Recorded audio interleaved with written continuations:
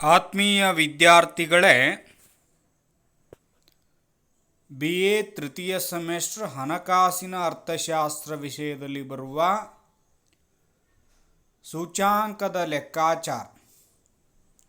ಈಗಾಗಲೇ ಸರಳ ಸೂಚ್ಯಾಂಕದ ಲೆಕ್ಕಾಚಾರದ ಬಗ್ಗೆ ನೋಡಿದ್ವಿ. ಇನ್ನು ತೂಕಾಂಕ ಬೆಲೆ ಸೂಚ್ಯಾಂಕದ ರಚನೆಯ ಕುರಿತು ಚರ್ಚಿಸೋಣ. ಮೊದಲಿಗೆ ಸೂಚ್ಯಾಂಕ ಅಂತಂದರೆ ಸಾಮಾನ್ಯ ಬೆಲೆಗಳ ಮಟ್ಟದಲ್ಲಿನ ಬದಲಾವಣೆಯನ್ನು ತಿಳಿಯಲು ಬಳಸುವ ಒಂದು ಸಾಂಖ್ಯಿಕ ಸಾಧನವನ್ನು ಸೂಚ್ಯಾಂಕ ಅಂತ ಕರೆದಿದ್ವಿ. ಇಲ್ಲಿ ತೂಕಾಂಕ ಸೂಚ್ಯಾಂಕವನ್ನು ಕಂಡುಕೊಳ್ಳಿಕ್ಕೆ ಈ ರೀತಿ ಒಂದು ಲೆಕ್ಕಾಚಾರದ ಪ್ರಶ್ನೆಯನ್ನು ಕೊಟ್ಟಿದ್ದಾರೆ. ಈ ಕೆಳಗಿನ ಮಾಹಿತಿಯನ್ನು ಆಧರಿಸಿ ಅನುಭೋಗಿ ಅಥವಾ ಗ್ರಾಹಕ ಬೆಲೆ ಸೂಚ್ಯಾಂಕವನ್ನು ಕಂಡುಹಿಡಿಯಿರಿ ಅಂತ ಕೊಟ್ಟಿದೆ. ಇಲ್ಲಿ ಸರಕುಗಳು ಅಥವಾ ವಸ್ತುಗಳನ್ನು ABCDE ಅಂತ ಕೊಟ್ಟಿದ್ದಾರೆ, ಅಥವಾ ಬೇರೆ ಹೆಸರುಗಳಿಂದನೂ ಕೊಡಬಹುದು. ಉದಾಹರಣೆಗೆ ಅಕ್ಕಿ, ಗೋಧಿ, ರಾಗಿ, ಭತ್ತ ಇತ್ಯಾದಿ. ಆಮೇಲೆ ತೂಕವನ್ನು ಕೊಟ್ಟಿದ್ದಾರೆ. ತೂಕ 10, 8, 6, 3, 2 ಅಂತ ಕೊಟ್ಟಿದ್ದಾರೆ. ಮೂಲ ವರ್ಷ 2019ರ ಬೆಲೆಗಳು. ಮೂಲ ವರ್ಷ, ಆಧಾರ ವರ್ಷ ಅಥವಾ ಹಿಂದಿನ ವರ್ಷ ಅಂತ ಕರಿತೀವಿ. ಅದರ ಬೆಲೆ 50, 100, 200, 500, 60 ಅಂತ ಕೊಟ್ಟಿದ್ದಾರೆ. ಇನ್ನು ಚಾಲ್ತಿ ವರ್ಷ 2021ರ ಬೆಲೆಗಳು. ಚಾಲ್ತಿ ವರ್ಷ, ಪ್ರಸ್ತುತ ವರ್ಷ ಅಂತ ಕರಿತೀವಿ. ಹಿಂದಿನ ಇದಕ್ಕೆ ಹೋಲಿಕೆ ಮಾಡಿ ನೋಡಿದಾಗ ಇದು ಮುಂದಿನ ವರ್ಷ ಅಥವಾ ಪ್ರಸ್ತುತ ವರ್ಷ ಆಗಿರುತ್ತೆ. ಹೀಗಾಗಿ ಚಾಲ್ತಿ ವರ್ಷದ ಬೆಲೆ 100, 150, 400, 1500, 120 ಅಂತ ಕೊಟ್ಟಿದ್ದಾರೆ. ಇವುಗಳನ್ನು ಆಧರಿಸಿ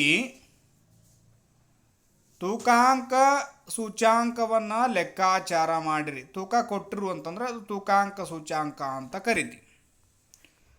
ಆ ನಿಟ್ಟಿನೊಳಗೆ ಮೊದಲಿಗೆ ಅನುಭೋಗಿ ಬೆಲೆ ಸೂಚ್ಯಾಂಕ ಅಥವಾ ಗ್ರಾಹಕ ಬೆಲೆ ಸೂಚ್ಯಾಂಕ ಅಂತಂದರೆ ಹಣದ ಮೌಲ್ಯದಲ್ಲಾಗುವ ಬದಲಾವಣೆಯಿಂದ ಅನುಭೋಗಿಗಳ ಜೀವನ ವೆಚ್ಚ ಹೇಗೆ ಬದಲಾಗುತ್ತದೆ ಎಂಬುದನ್ನು ತಿಳಿಸುವ ಸೂಚಿ ಸಂಖ್ಯೆಯನ್ನು ಅನುಭೋಗಿ ಬೆಲೆ ಸೂಚ್ಯಾಂಕ ಅಂತ ಕರಿತೀವಿ. ಅಥವಾ ಅನುಭೋಗಿ ಸರಕುಗಳ ಬೆಲೆಯಲ್ಲಿನ ಬದಲಾವಣೆಯಿಂದ ಅಂತಿಮವಾಗಿ ಅನುಭೋಗಿಗಳ ಮೇಲೆ ಬೀರ್ತಕ್ಕಂಥ ಪರಿಣಾಮವನ್ನು ಅನುಭೋಗಿ ಅಥವಾ ಗ್ರಾಹಕ ಬೆಲೆ ಸೂಚ್ಯಾಂಕ ಅಂತ ಕರಿತೀವಿ. ಇಲ್ಲಿ ತೂಕಾಂಕ ಸೂಚ್ಯಾಂಕ ಅನ್ನಲಿಕ್ಕೆ ಕಾರಣ ಅನುಭೋಗಿ ಸರಕುಗಳ ಬೆಲೆಯ ಜೊತೆಗೆ ತೂಕವನ್ನು ಆಧಾರವಾಗಿಟ್ಕೊಂಡು ಲೆಕ್ಕಾಚಾರ ಮಾಡಿದರೆ ತೂಕಾಂಕ ಸೂಚ್ಯಾಂಕ ಅಂತ ಕರೆಸ್ಕೊಳ್ಳುತ್ತೆ. ಆ ನಿಟ್ಟಿನೊಳಗೆ ಕೊಟ್ಟಿರುವಂತಹ ಅಂಶಗಳನ್ನೇ ಬಳಕೆ ಮಾಡಿಕೊಂಡು ಲೆಕ್ಕಾಚಾರ ಮಾಡಿ ವಸ್ತುಗಳನ್ನು ಕೊಟ್ಟಿದ್ದಾರೆ ABCDE ಅಂಥೇಳಿ. ಹೀಗಾಗಿ ಒಟ್ಟು ವಸ್ತುಗಳ ಸಂಖ್ಯೆ ಎಷ್ಟಿದೆ? 5 ಇದೆ. ಹೀಗಾಗಿ N = 5 ಅಂತ ತಗೊಂಡ್ವಿ. ಇನ್ನು ತೂಕ ಅಲ್ಲಿ ಪ್ರಶ್ನೆಯಲ್ಲಿ ಕೊಟ್ಟಿದ್ದಾರೆ. ಆ ಪ್ರಕಾರ 10, 8, 6, 3, 2 ಅಂತ ಕೊಟ್ಟಿದ್ದಾರೆ. ಈ ತೂಕದ ಮೌಲ್ಯವನ್ನು ಒಟ್ಟುಗೂಡಿಸಿದಾಗ 10 + 8 + 6 + 3 + 2 = 29 ಆಗುತ್ತೆ. ಹೀಗಾಗಿ W ಅಂದರೆ ತೂಕ. ತೂಕದ ಒಟ್ಟು ಮೊತ್ತ ಸಿಗ್ಮಾ W ಅಂತ ಕರಿ. ಸಿಗ್ಮಾ W = 29 ಅಂತ ನಾವು ತಗೊಳ್ತೀವಿ. ಇದು ಪ್ರಶ್ನೆಯಲ್ಲಿ ಕೊಟ್ಟಿರ್ತಕ್ಕಂಥ ತೂಕವನ್ನು ಬಳಕೆ ಮಾಡಿಕೊಂಡ್ವಿ. ಇನ್ನು ಮೂಲ ವರ್ಷದ 2019ರ ಬೆಲೆಗಳನ್ನು ಕೊಟ್ಟಿದ್ದಾರೆ ಪ್ರಶ್ನೆಯಲ್ಲಿ. ಆ ಪ್ರಕಾರ 50, 100, 200, 500, 60 ಆ್ಯಸ್ ವೆಲ್ ನಾವು ತಗೊಂಡ್ವಿ. ಆಮೇಲೆ ಮೂಲ ವರ್ಷದ 2019ರ ಬೆಲೆ ಸೂಚ್ಯಾಂಕವನ್ನು ಸರಳ ಸೂಚ್ಯಾಂಕದ ಲೆಕ್ಕಾಚಾರದೊಳಗೆ ಎಲ್ಲನೂ 100 ಇಟ್ಕೊಂಡಿದ್ವಿ, ಆ ಪ್ರಕಾರ ಲೆಕ್ಕಾಚಾರ ಮಾಡಿದ್ವಿ. ಇಲ್ಲಿ ಸರಾಸರಿ 100 ಇಟ್ಕೊಂಡು ಅದರ ಜೊತೆಗೆ ತೂಕ ಏನಿದೆಯಲ್ಲ ಅದನ್ನು ಇಂಟು ಮಾಡ್ಕೋಬೇಕು. ಈಗ ಸರಾಸರಿ ಎಲ್ಲನೂ 100 100 100 ಅಂತ ಇಟ್ಕೊಳ್ಳೋದು 100. ಅದರ ಜೊತೆಗೆ ಇಂಟು ತೂಕ ಎಷ್ಟಿದೆ 10 8 6 3 2 ಆ ಪ್ರಕಾರ 100 ಇಂಟು 10 1000 ಆಗುತ್ತೆ. 100 ಇಂಟು 8 800 ಆಗುತ್ತೆ. 100 ಇಂಟು 6 600. 100 ಇಂಟು 3 300. 100 ಇಂಟು 2 200 ಆಯಿತು. ಹೀಗಾಗಿ 1000 plus 800 plus 600 plus 300 plus 200 equal to the 2900 ಅಂತ ಬಂತು. ಡಿವೈಡೆಡ್ ಬೈ ತೂಕದ ಒಟ್ಟು ಮೊತ್ತ ಸಿಗ್ಮಾ ಡಬ್ಲ್ಯೂ ಎಷ್ಟದ 29 ಅದು. 2900 divided by 29 equal to the 100. ಇನ್ನು ಚಾಲ್ತಿ ವರ್ಷದ ಅಂದರೆ 2021ರ ಬೆಲೆಗಳು ಪ್ರಶ್ನೆಯಲ್ಲಿ ಕೊಟ್ಟಿದ್ದಾರೆ. ಇದಕ್ಕೆ P1 ಅನ್ಬೇಕು, ಇದು P0 ಅಂತ ನಾವು ಅನ್ಕೋಬೇಕು. ಆ ಪ್ರಕಾರ ಎಷ್ಟಿದೆ 100 150 400 1500 120 ಈ ರೀತಿ ಕೊಟ್ಟಿದ್ದಾರೆ. ಹೀಗಾಗಿ ಚಾಲ್ತಿ ವರ್ಷದ 2021ರ ಬೆಲೆ ಸಂಬಂಧ ಸೂಚ್ಯಾಂಕವನ್ನು ನಾವು ಕಂಡು ಹಿಡಿದ್ರ ಬಗ್ಗೆ ಈಗಾಗಲೇ ಸರಳ ಸೂಚ್ಯಾಂಕದೊಳಗೆ ನೋಡ್ಕೊಂಡಿವಿ. ಅಂದರೆ ಚಾಲ್ತಿ ವರ್ಷದ ಬೆಲೆ ಡಿವೈಡೆಡ್ ಬೈ ಮೂಲ ವರ್ಷದ ಬೆಲೆ ಇಂಟು 100 ಮಾಡ್ಕೋಬೇಕು.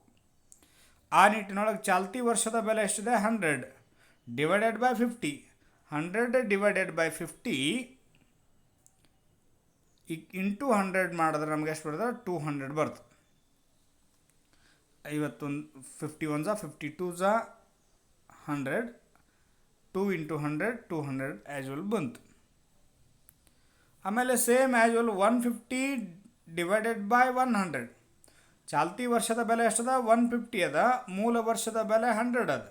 150 divided by 100 equal to the 1.5 ಬರ್ತದೆ. 100 1 ಪಾಯಿಂಟ್ ತೊಗೊಂಡು ಮತ್ತು 1.5 ಬರ್ತದೆ. 1.5 ಇಂಟು 100 150 ಆಗುತ್ತೆ. ಆಮೇಲೆ 400 ಡಿವೈಡೆಡ್ ಬೈ 200. ಹಾಗಾಗಿ 400 ಡಿವೈಡೆಡ್ ಬೈ 200 ಮಾಡಿ 200 1 200 2 400 ಇಂಟು 100 ಮಾಡಿಕೊಂಡ್ರೆ 200 ವ್ಯಾಲ್ಯೂ ಬಂತು. ಆಮೇಲೆ ಚಾಲ್ತಿ ವರ್ಷದ ಬೆಲೆ 1500 ಡಿವೈಡೆಡ್ ಬೈ ಮೂಲ ವರ್ಷದ ಬೆಲೆ 500 ಅದ. 1500 ಡಿವೈಡೆಡ್ ಬೈ 500 ಇದು ಎರಡು ಹೋಯ್ತು 5 1 5 3 5 15. ಹೀಗಾಗಿ 500 ಒಂದಲೇ 5 ಡೈರೆಕ್ಟಾಗಿ ಇದು ಪೂಜೆ ಹೋದ್ರೂ 5 1 5 3 15 ಬರ್ತದೆ. 15 3 ಬಂತು. 3 ಇಂಟು 100 ಮಾಡಿದ್ರೆ 300 ನಮ್ಗೆ ಸಿಗ್ತದೆ. ಹೀಗಾಗಿ ಚಾಲ್ತಿ ವರ್ಷದ ಬೆಲೆ 120 ಅದ, ಮೂಲ ವರ್ಷದ ಬೆಲೆ 60 ಅದ. 120 ಡಿವೈಡೆಡ್ ಬೈ 60 61 62 120 2 ಇಂಟು 100 200 ಬಂತು. ಅಲ್ಲಿ ಚಾಲ್ತಿ ಸರಳ ಸೂಚ್ಯಾಂಕದೊಳಗೆ ಚಾಲ್ತಿ ವರ್ಷದ ಬೆಲೆಯನ್ನು ಸಂಬಂಧವನ್ನು ಸೂಚ್ಯಾಂಕವನ್ನು ಆಧಾರವಾಗಿ ಇಟ್ಕೊಂಡು ಲೆಕ್ಕಾಚಾರ ಮಾಡಿದ್ವಿ. ಇನ್ನು ತೂಕಾಂಕ ಸೂಚ್ಯಾಂಕದ ಅಥವಾ ಚಾಲ್ತಿ ವರ್ಷದ ಬೆಲೆ ಸೂಚ್ಯಾಂಕವನ್ನು ಕಂಡುಕೋಬೇಕು. ಯಾಕಂದರೆ ಈ ತೂಕಾಂಕ ಸೂಚ್ಯಾಂಕ ಸೂತ್ರ ಬೇರೆ ಇರೋದ್ರಿಂದ ಈ ರೀತಿ ನಾವು ಲೆಕ್ಕಾಚಾರ ಮಾಡ್ಕೋಬೇಕು. ಈಗೇನು 200 ಬಂದಿದೆ, ಚಾಲ್ತಿ ವರ್ಷದ 2021ರ ಬೆಲೆ ಸಂಬಂಧ ಸೂಚ್ಯಾಂಕ ಮತ್ತು ತೂಕ ಎಷ್ಟಿದೆ 10 ಇದೆ. ಹೀಗಾಗಿ ಈ 200 ಪ್ಲಸ್ 200 ಇಂಟು 10 200 ಇಂಟು 10 ಇದು ಎಷ್ಟು ಬಂತು 2 1 2 ಬಂತು. ಇವು 2000 ಬಂತು. 200 ಇಂಟು 10 2000 ಬರುತ್ತೆ. ಆ ನಿಟ್ಟಿನೊಳಗೆ 150 ಏನದ ಚಾಲ್ತಿ ವರ್ಷದ 2021ರ ಬೆಲೆ ಸಂಬಂಧ ಸೂಚ್ಯಾಂಕ 150 into 8. 150 into 8 equal to the 1200 value ಬರುತ್ತೆ. ಆಮೇಲೆ 200 into 6 200 into 6 equal to the 1200 ಬರುತ್ತೆ. 300 into 3 300 into 3 equal to the 900. 200 into 2 200 into 2 equal to the 400 value ಬಂತು. ಹೀಗಾಗಿ ತೂಕಾಂಕ ಸೂಚ್ಯಾಂಕವನ್ನು ಬಳಕೆ ಮಾಡಲಿಕ್ಕೆ ಬರ್ತಕ್ಕಂತಹ ಸೂತ್ರ sigma I W divided by sigma W. ಹೀಗಾಗಿ ಸಿಗ್ಮಾ ಐ ಡಬ್ಲ್ಯೂ ಅಂತಂದರೆ ಈಗ ಐ ಇಂಟು ಡಬ್ಲ್ಯೂ ಮಾಡಿಕೊಂಡ್ರೆ ಸಿಗ್ಮಾ ಇದನ್ನು ಒಟ್ಟು ಕೂಡಿಸ್ಬೇಕು. 2000, 1200, 1200, 900, 400 ಈಕ್ವಲ್ ಟು ದಿ 5700 ವ್ಯಾಲ್ಯೂ ಬಂತು. ಇದು ಸಿಗ್ಮಾ ಐ ಡಬ್ಲ್ಯೂ ಮೊತ್ತವನ್ನು ಒಟ್ಟು ಕೂಡಿಸಿದಾಗ ಸಿಗ್ಮಾ ಐ ಡಬ್ಲ್ಯೂ ವ್ಯಾಲ್ಯೂ ಬಂತು. 5700 ವ್ಯಾಲ್ಯೂವನ್ನು ನಾವು ಕಂಡುಕೊಂಡ್ವಿ. ಹೀಗಾಗಿ ಸಿಗ್ಮಾ ಡಬ್ಲ್ಯೂ 29 ಇದೆ. ಹೀಗಾಗಿ ಚಾಲ್ತಿ ವರ್ಷದ ತೂಕಾಂಕ ಬೆಲೆ ಸೂಚ್ಯಾಂಕವನ್ನು ಕಂಡುಹಿಡಿಯಲು ಈ ಕೆಳಗಿನ ಸೂತ್ರವನ್ನು ಬಳಸ್ಕೊಳ್ಬೇಕಾಗತ್ತೆ. ಹೀಗಾಗಿ ತೂಕಾಂಕ ಸೂಚ್ಯಾಂಕ equal to the sigma I W divided by sigma W. ತೂಕದ ಒಟ್ಟು ಮೊತ್ತ ಆಮೇಲೆ ಚಾಲ್ತಿ ವರ್ಷದ ಬೆಲೆ ಸೂಚ್ಯಾಂಕವನ್ನು ನಾವು ಲೆಕ್ಕಾಚಾರ ಮಾಡಿ ಕಂಡುಕೊಂಡಿವಿ. ಆ ಪ್ರಕಾರ ಸಿಗ್ಮಾ ಐ ಡಬ್ಲ್ಯೂ ಎಷ್ಟದ 5700 ಅದ. ಆಮೇಲೆ ಸಿಗ್ಮಾ ಡಬ್ಲ್ಯೂ ಏನದ 29 ಅದ.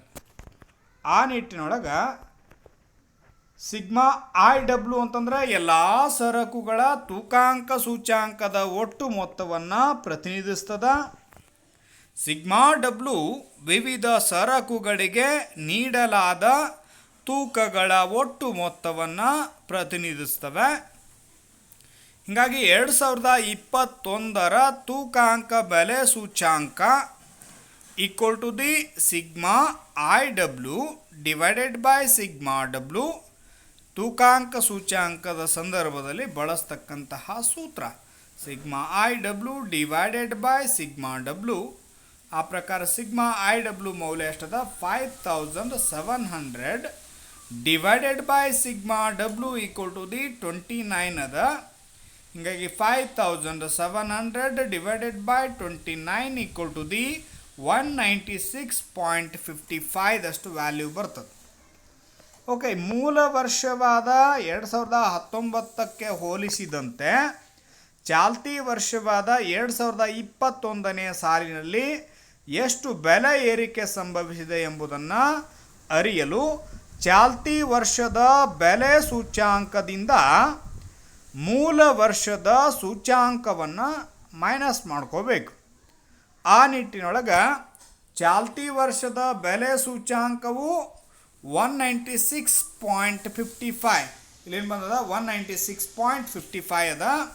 ಆ ಪ್ರಕಾರ 196.55 ಹಾಗೂ ಮೂಲ ವರ್ಷದ ಸೂಚ್ಯಾಂಕ ಸರಾಸರಿ 100 ಇರುತ್ತದೆ ಎಂದು ಭಾವಿಸಿಕೊಳ್ಳಲ್ಲ.